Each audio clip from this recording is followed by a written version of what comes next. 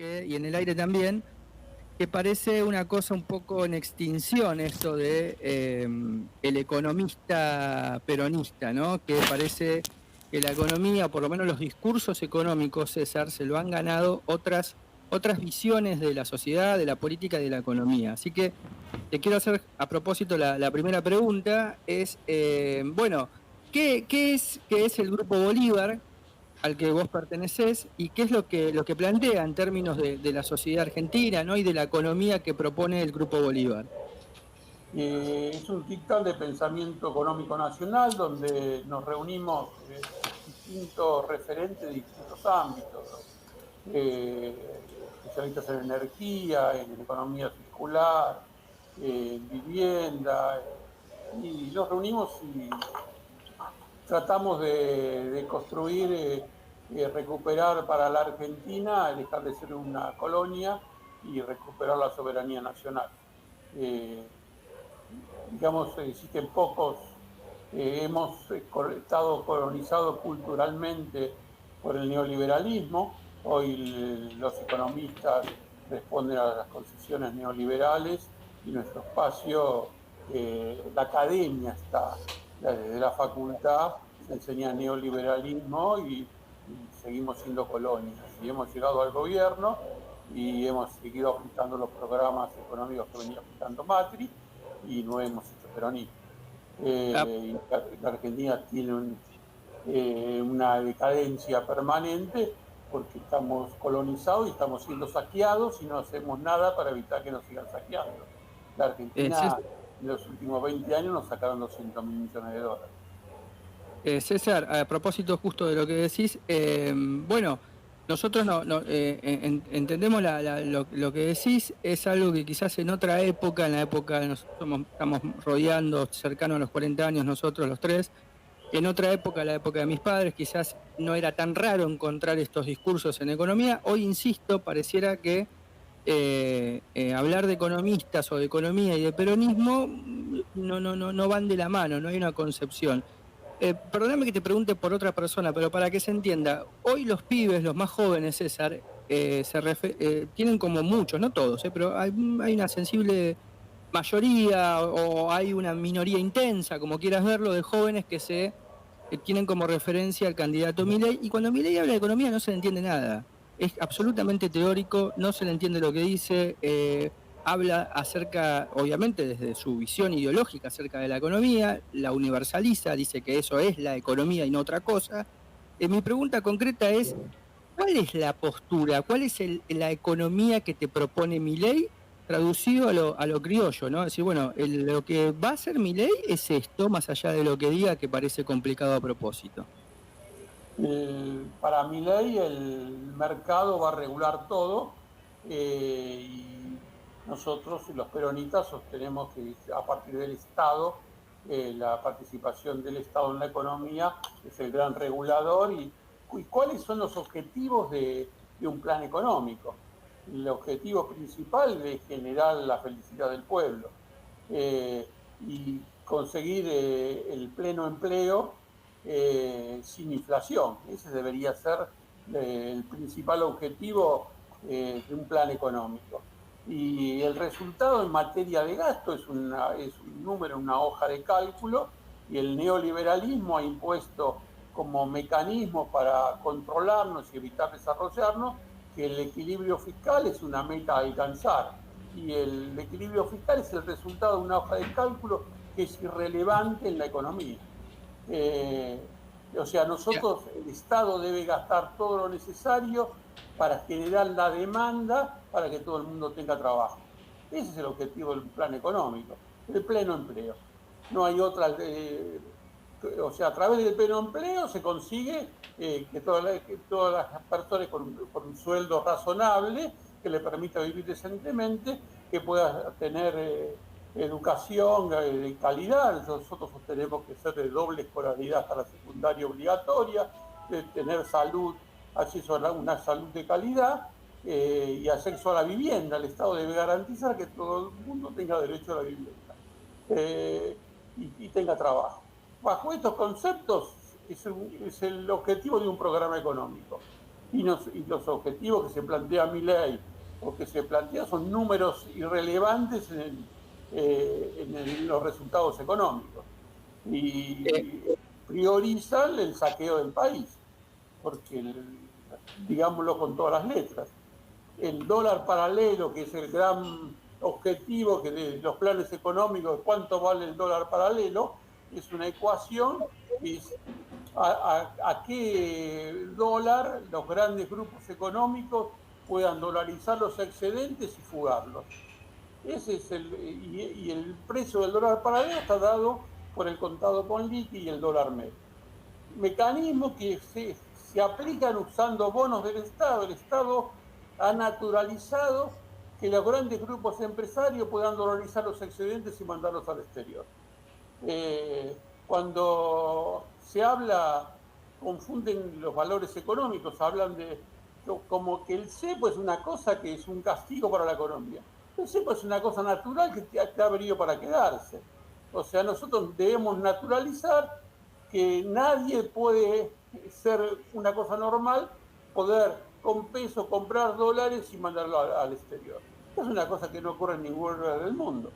claro. Yo conozco empresarios que tienen empresas en China y que ganan mucho dinero en China y dicen, pero no lo podemos sacar de China.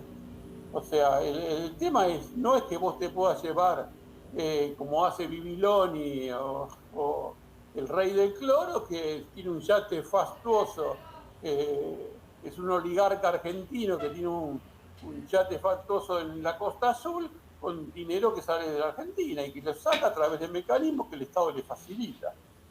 Cuando hay que tener de claro que el contado con liqui existe porque el Estado le da bonos en dólares que son propiedad del Banco Central y del ANSES, se los vende a precios BIL, o sea, una lámina de $100 la vende a $25, que Argentina dentro de 7 años va a pagar $100 por esa lámina, la vende a 20 para que vengan los grupos económicos, compren con pesos ese bono en dólares que le da el Estado argentino. Y la renta se la llevan en dólares. Esa renta, En dólares pagan claro, y es utilizan. insostenible una economía así. Es insostenible en el corto plazo, ni en el mediano, porque las letras que Ese está es el vendiendo el valor Estado, ese ¿a es el cuántos valor del años dólar son? paralelo. Claro, porque además a medida de que se va cortando el financiamiento externo, la letra que puede vender, el bono el título que puede vender el Estado cada vez es de menor corto plazo. No te va a vender un bono a 10 años, a 20 años, nadie lo va a comprar, cada vez es menos. Porque ha creado bonos que tienen stock, los AL2030, que la Argentina lo va a Claro. rescatar en el 2030, así dentro de 7 años va a pagar por cada lámina $100 al que se lo presente, salvo que caigamos en default. Pero Sí, sí, sí, sí. teóricamente lo vamos a pagar. Entonces hoy esos bonos, ¿por qué son tan baratos? Porque los grupos económicos lo hacen que el Estado, la lámina de 100, cuanto más barato sea, más barato la compran y más barato pueden fugar la plata al exterior. O sea, hay una complicidad entre la gente del Banco Central y los grupos económicos en crear mecanismos de fuga con la complicidad del Estado argentino. Que César, viene de la época del macrismo y que nosotros llegamos al gobierno con un gobierno peronista y no hicimos peronismo y ni hemos desactivado todos estos mecanismos de fuga.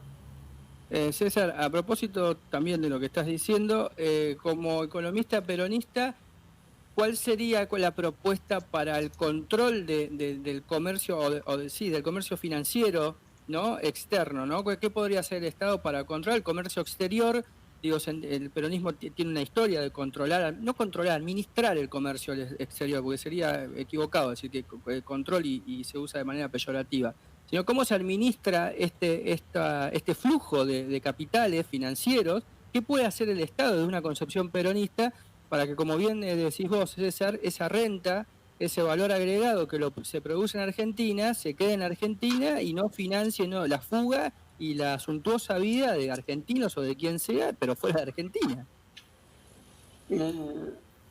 Ya lo decía Aldo Ferrer, otro gran maestro de la economía argentina, Sí. que había que desconectar la economía argentina de la economía del exterior. Había que desconectar los mecanismos por el cuales los sectores financieros puedan dolarizar los excedentes y mandarlos al exterior. Hay que tener en cuenta principalmente que las grandes empresas no van a comprar dólares a una cueva. O sea, para poder dolarizar se usan mecanismos legales que facilita el Estado argentino. O sea, lo que se mueve en la cueva es muy chico y es el chiquitaje que no mueve el amperímetro. El valor del dólar paralelo, aparte de los mecanismos especulativos, lo fija el valor el cual un Heibor o los grandes grupos económicos o las cerealeras puedan dolarizar el dinero que ganan en la Argentina y mandárselo afuera. Y utilizan el mecanismo que son los títulos públicos para hacerlo. Si nadie que tenga un título que valga $100 lo va a vender por 20 en pesos. Si vos tenés un título que vale $100, lo vas a guardar Claro. vencimiento, pero no lo vas a vender. El único que puede vender un título que valga $100, $20 es el Estado argentino, porque es el Estado bobo al servicio de los grandes capitales. Porque si no, o sea, si dijéramos es un mecanismo donde el Estado no interviene, no había manera de esa operatoria existiese, porque nadie vende un título de 100 en $20. El único que se lo hacen vender es al Estado argentino, al ANSES Eh, y al Banco Central. Por sí, consiguiente, es un mecanismo perverso que tiene la complicidad de los funcionarios argentinos. César, y ves en el, no sé si llama, pues no hay, iba a decir programa, pero no lo tiene, de hecho, quedó ahí, es otra de las grandes, otro de los anuncios truncos del gobierno, pero ves en la intención o en la dirección en la que está llevando su gestión como ministro de Economía y en las propuestas de un futuro gobierno de Massa, el rasgo peronista, la posibilidad de empezar a encarar estos problemas estructurales, o no tenés fe al respecto más allá de que Milei sea peor que cualquier otro candidato que esté enfrente? Lamentablemente estamos ante la disyuntiva de que digamos, la política argentina nos ha puesto en la disyuntiva de que Massa sea el candidato. El candidato que hace un año y un par de meses, que es ministro de Economía. Y cuando llega al Ministerio de Economía lo hace con Rubinstein, que es un referente neoliberal, y sigue aplicando la misma receta del Fondo Monetario y la misma receta que venía aplicando el macrismo. Por consiguiente, vienen dándose los mismos resultados. Si vos hay igualdad de política, igualdad de resultados. Si vos aplicás la política con la que Macri fracasó, porque hoy no vas a fracasar vos, si la política es la misma. Si utilizan la tasa de interés como mecanismo eh, para parar el valor del dólar paralelo, digamos, la tasa de interés está demostrado, nosotros hemos hecho trabajo y lo hemos presentado desde hace 20 años atrás, donde siempre la tasa de interés acompaña a la inflación. O sea, cuando vos más subís la tasa de interés, más sube la inflación. Le pasó a Macri, que en medio de una gran contracción monetaria, siguiendo las recetas del Fondo Monetario, que había que subir la tasa de interés para bajar la inflación, subió la Sí, tasa sí. de interés a niveles de 70-80%, y la inflación se le disparó en la igual medida que subía la tasa.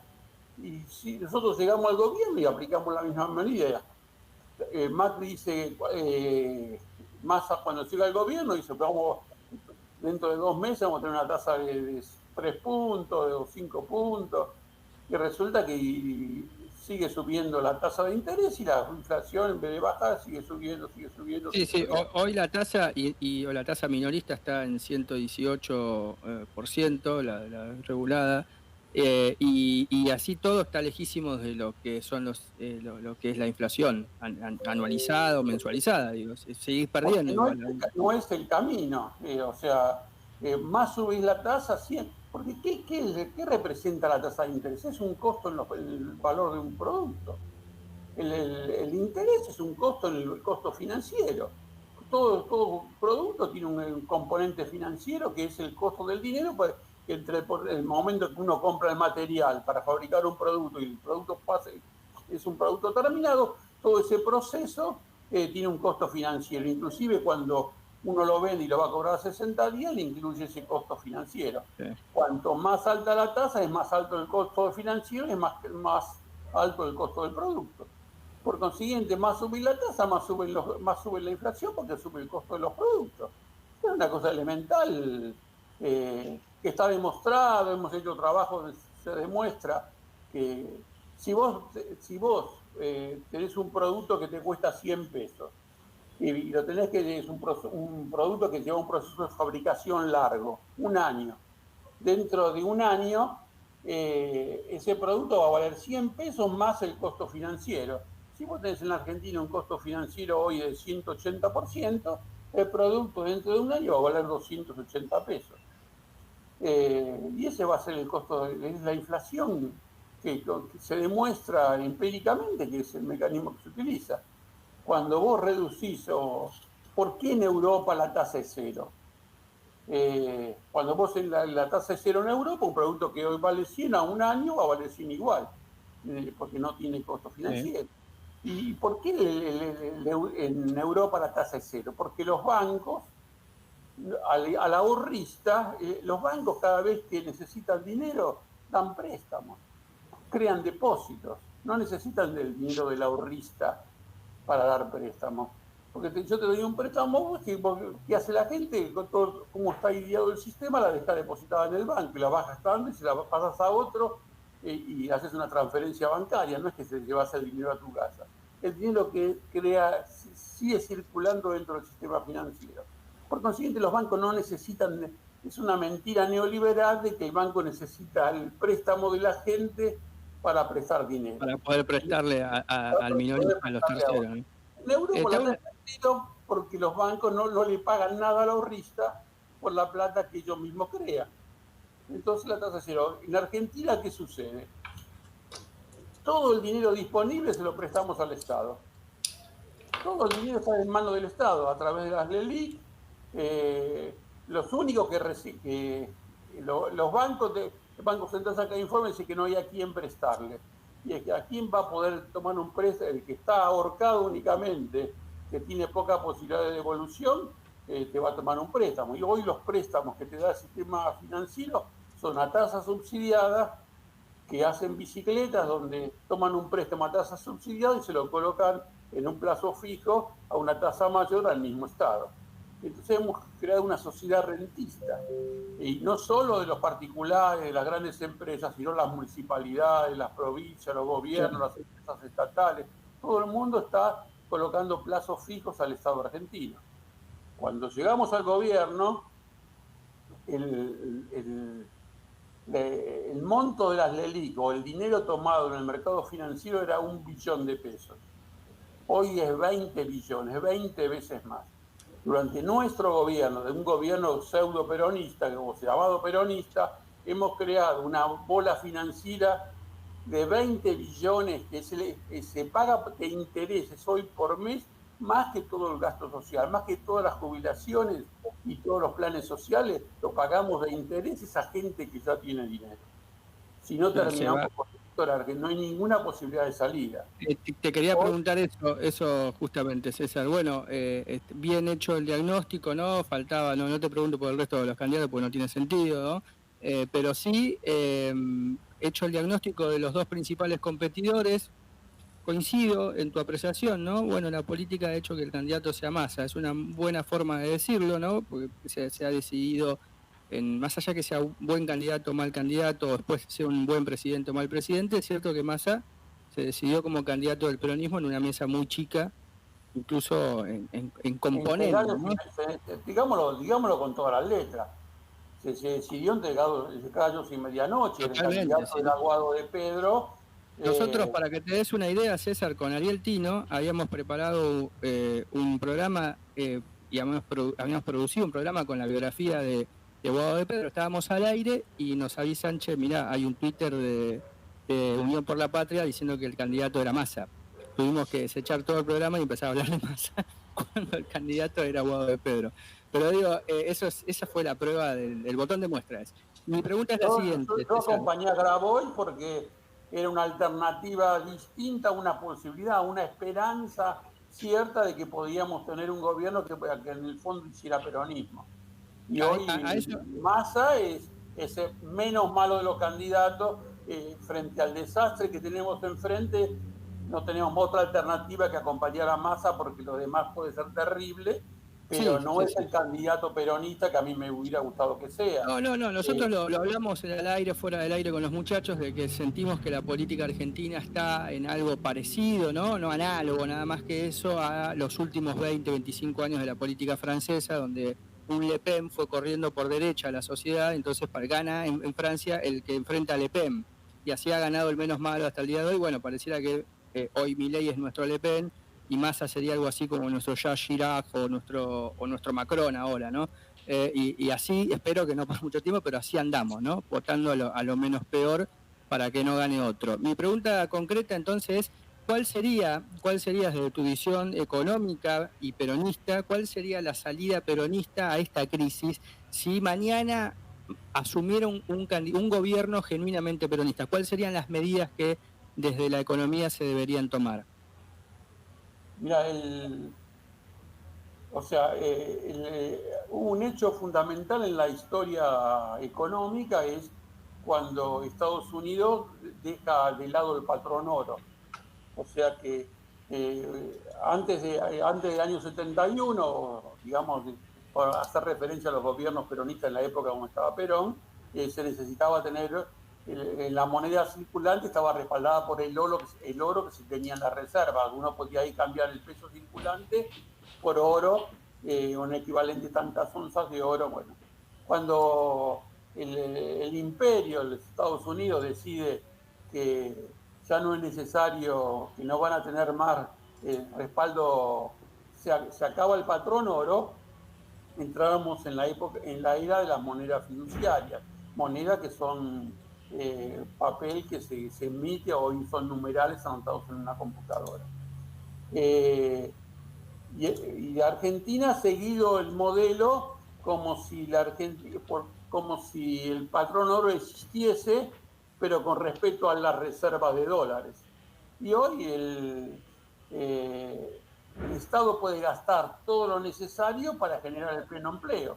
Si vos te tenés que plantear la meta del equilibrio fiscal o decir que tengo que tener reservas en dólares, es una mentira neoliberal que para que tengan menos salud, menos vivienda, menos Estado, menos camino, menos obra, y que estés dependiendo de la ayuda o la necesidad de divisas extranjeras.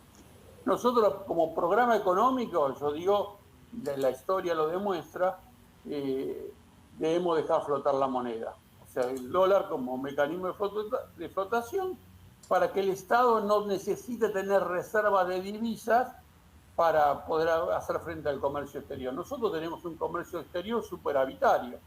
O sea, nunca nos van a faltar divisas porque hoy, al valor que tienen los commodities y hoy con vaca muerta, el litio, la economía del conocimiento, ingresan mucho más dólares que los que se necesitarían para hacer frente a las importaciones.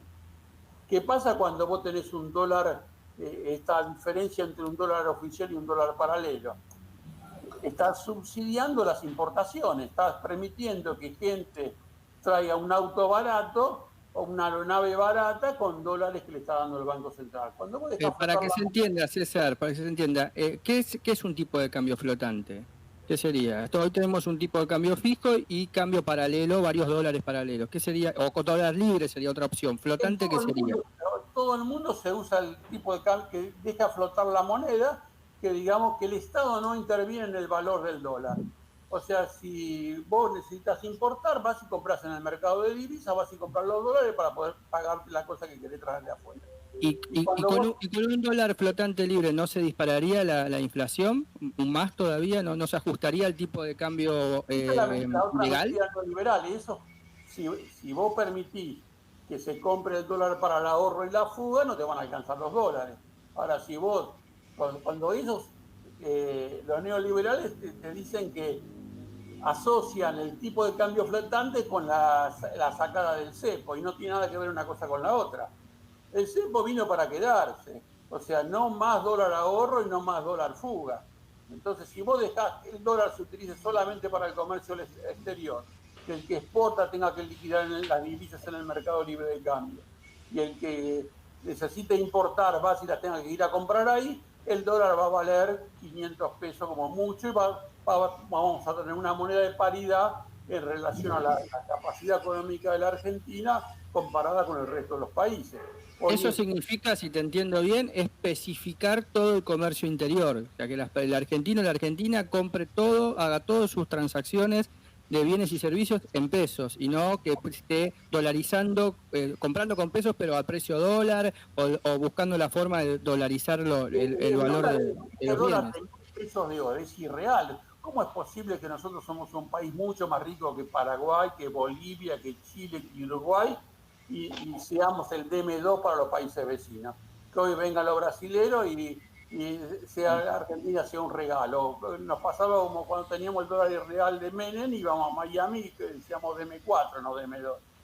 O sea, hoy este dólar de 1.000 pesos es un dólar totalmente absurdo y real, es un dólar especulativo construido bajo estos mecanismos que ha creado el Banco Central y la pésima gestión que ha hecho PES en el Banco Central. Si vos hoy dejás flotar la moneda con cepo, porque ellos hablan, cuando hablan de dejar flotar la moneda, dicen liberar el cepo, son dos cosas distintas. El cepo que fue lo que se hizo en el 2015. ¿Sí? Y hay que acentuarle el mecanismo y evitar el contado con liqui y todos los mecanismos que utilizan los grandes grupos financieros para trasladar los dólares hacia el exterior. Si vos controlás eso, el dólar va a valer el valor natural del dólar estaría en menos de 500 pesos. Sería la tasa en función de lo que vale en los países vecinos, o sea, se equivaldrían las monedas comparada con lo de los países vecinos, porque así funciona el mundo. César, una realidad bajo una mentira neoliberal que implica todo este mecanismo perverso que permite que se trafique, porque esto es un tráfico de divisa con su facturación de exportaciones, con todos los mecanismos perversos que facilitan la salida de divisas del país. César, la verdad que ha sido un privilegio y una clase para nosotros charlar con vos y si te parece te comprometemos a después de las elecciones volver a charlar a ver qué país nos queda ya con el número puesto, digamos, ¿no? ¿Qué pasó, no? Así que... Esperemos que gane Massa, lo deseo fervientemente, porque no es porque el plan económico de Massa que ha venido aplicando hasta ahora diga esto es lo que la Argentina necesita, sino que frente a los dos que tenemos enfrente es lo menos malo. Lamentablemente la opción que el neoliberalismo, el imperio nos ha puesto enfrente, digamos. César, ha sido, como te digo, ha sido un gustazo para nosotros poder charlar con vos. Es esclarecedor. Obviamente que esta entrevista la vamos a subir a las redes, te la vamos a enviar y vamos a hacer el recorte para que circule y para que la gente escuche, como siempre decimos, todas las voces, una voz más, alguien que plantea esto, aprendí algo, ¿no? Algo interesante, yo algo, viste, en los tres, algo sabemos, ¿no? Ninguno de los tres somos economistas, pero somos a Aldo Ferrer, al Grupo Fénix, lo leemos desde que somos pibes, bueno. Y esto de, bueno, ojo, para que cuando te hablan de sacar el cepo, de dólar flotante, te lo unen a sacar el cepo y las dos cosas no son lo mismo. Bueno, hemos aprendido algo, yo aprendí algo, por ejemplo. Ahí hay algo de sentido común que me habían ganado. ¿De qué decías, Ari? Yo te quiero agregar otra cosa, que la otra cosa que le han inculcado a todos nuestros dirigentes, desde Cristina para abajo, a Axel, que el equilibrio fiscal es un objetivo de la política económica. El equilibrio fiscal, el resultado del balance entre lo que el Estado entra y lo que el Estado gasta es un número en una hoja de cálculo totalmente irrelevante. Vos te tenés que gastar todo lo necesario, el Estado debe gastar todo lo necesario para que todo el mundo tenga trabajo. Sí, sobre de acuerdo. Y sobre todo... Más grande es la pelota para repartir. Cuanto más grande es la torta, más tenemos para repartir. Y muchas veces cuando se dice esto, cuando se afirma lo que estás diciendo, César, se piensa en un Estado creando, imprimiendo dinero y en la búsqueda de ese placebo del equilibrio fiscal, tenemos compañeros que son trabajadores del Estado, que comprobamos una y muchas veces que se subejecutan presupuestos estatales, o sea, no se gasta todo el dinero que se tiene. porque se está buscando ese famoso objetivo del equilibrio fiscal y se podría gastar en las necesidades. Ni siquiera hay que imprimir, no se trata de crear dinero, sino de gastar el dinero que ya se tiene muchas veces. Vos podés gastar todo lo necesario para generar riqueza. Si gastás una suma sideral pagando intereses sin que se cree un solo clavo, eso se genera inflación. Pero cuando la economía crece se necesita más dinero circulante para que las transacciones puedan realizarse. Por consiguiente, el Estado debe gastar lo necesario para que todo el mundo tenga trabajo. Ahí, a partir de ahí, ahí se para con el gasto público. Cuando existe desempleo es porque el Estado no ha generado la suficiente demanda para que todo el mundo tenga trabajo. Y no es trabajo del Estado. El Estado debe generar las condiciones para que, haciendo obra pública, contratando, que los privados hagan el trabajo. Y bueno, yo podría hablar de ejército, en vez de planes sociales, hablamos de trabajo garantizado. El Estado le garantice el trabajo a toda persona que quiera trabajar. Y hay mil cosas para hacer en la Argentina, mejorar la atención hospitalaria. Casas, sobre todo casas, que hay mucha gente que no tiene dónde vivir, ¿no? Ahí ya tenés un enorme motor de la obra pública. César, te mandamos un abrazo enorme, gigante, y te comprometo al aire para que después de las elecciones, bueno, veamos si lloramos juntos o si hacemos una entrevista con más esperanza. Cuando quieran estoy a disposición. Te mando un abrazo, César. César Crocita ha pasado por la pelota sindical.